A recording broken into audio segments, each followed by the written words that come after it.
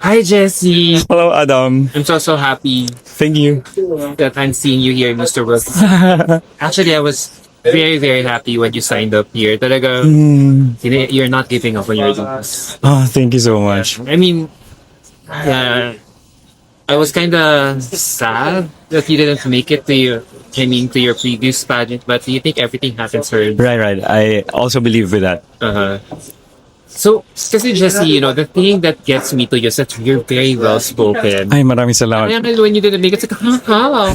Make it considering that he's very eloquent and he also looked the part. Ikaw ba, what have you learned from your previous pageant?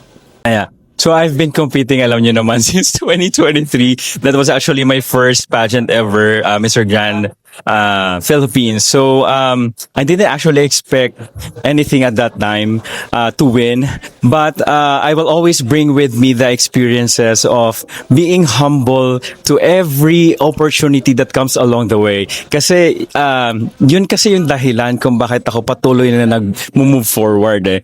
Hindi ako wala akong sapat na yaman. Lumaki ako sa hirap kasama ng aking pamilya sa San Jose del Monte.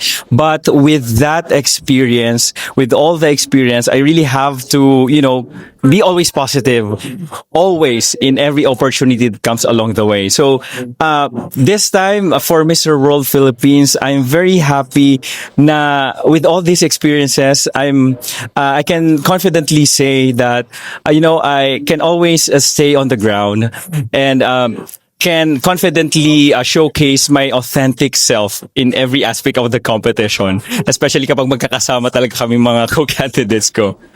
Yeah. Pero alam mo, you're already, in my opinion, you're already well accomplished. I mean, you thank you. Thank you. You're even hosting. I mean, you're everywhere. Pero was it something about pageants that attracts guys like you pa to join? I mean, should I say that you're already successful in a way? Yeah. Considering that you've done so many things here in the entertainment industry. Wow, thank you for that kind words, Adam. But you know what?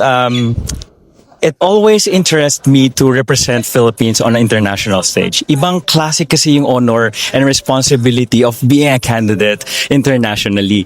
And I've once, represented Philippines, but this time, mas rooted ako doon sa advocacy na gusto kong i-push forward because as you all know, Mr. World Philippines is heavily involved in the advocacies of each of the candidates. And I think that is a very interesting part of me na hindi pa nakikita ng mga tao na gusto kong i-showcase. Kasi as a performer, as an actor myself, I push forward to really have a lens on storytelling. That's why my advocacy is called Stories That Inspire. Storytelling can really goes beyond not only here in the Philippines but all over the world. And gusto kong ipakita ang kwento ng bawat Pilipino on international stage at dadalhin ko yun. At anong klaseng kwento ng Pilipino ang gusto mong malaman ng buong mundo?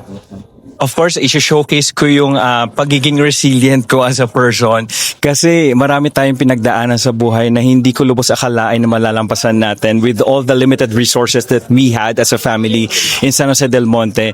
As I've said, ako po yung sarili ko ang gumagawa ng opportunity for myself. I didn't look for... I didn't, hindi ko inintay na yung opportunity ang lumapit sa akin. I looked for it. I created for it. And that in itself is, I think, an inspiration to many.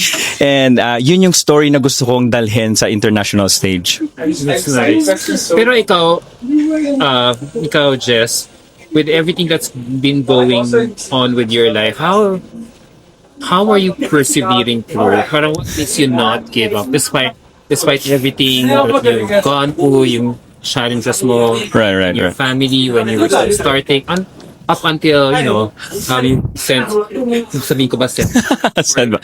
Yeah, you can consider it as a setback. But I've been living independently for almost 15 years already. Since the year my mom died, ever since my mom died in 2014, I left San Jose del Monte with my dreams with me to be someone else. Kasi at that time, wala talaga akong kayang ibigay para sa pamilya ko.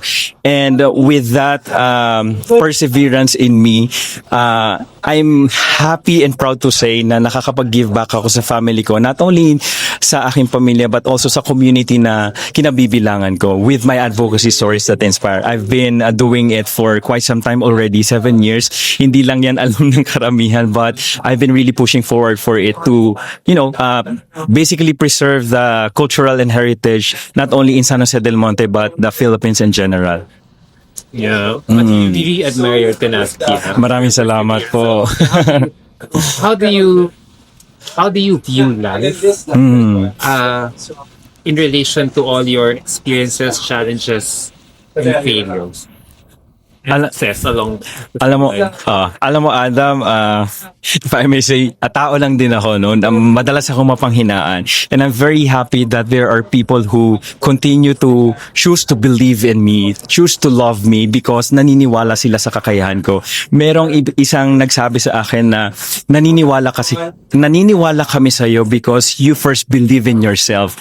And that in itself is also already enough to push forward in life. Kasi yung isang tao lang na naniniwala sa'yo, di ba? Malaking bagay yun para magpatuloy ka sa cruel world na ito, if I can say it. Mahirap magtagumpay kung walang taong sumusuporta sa'yo. So with that, galingan mo pa. Oo nga, Adam. Thank you so much. Galingan mo so inspire Oo. po. Oo. Yeah. Hopefully, I'm an inspiration to many. For those young people watching us out there right now, how would you encourage them to develop their self-confidence? How do they find their worth, their confidence, to build something that will make a huge impact positively in their lives as they grow they go to adulthood? You know what? Just go on. Marami tayo mararanasan sa buhay na ika-question natin ang mga sarili natin if it's going to be worth the try yung mga gusto nating subukan. Just do it. Just show yourself. I always continue to show up kasi doon nagsisimula at yung discovery ko for myself. You will never know if you will never know na kaya mo ang isang bagay kung hindi mo susubukan. So, just go on. Patuloy lang sa buhay. At alam ko, you'll never know. Unti-unti mo nang na-realize na yung dreams mo ay unti-unti na palang nagmamaterialize. Do that, laban. Laban lang. Laban Bulacan. Laban, Jen. Laban. Get the crown that you deserve. Hopefully. Please pray for me. Thank you. Thank you so much, Adam.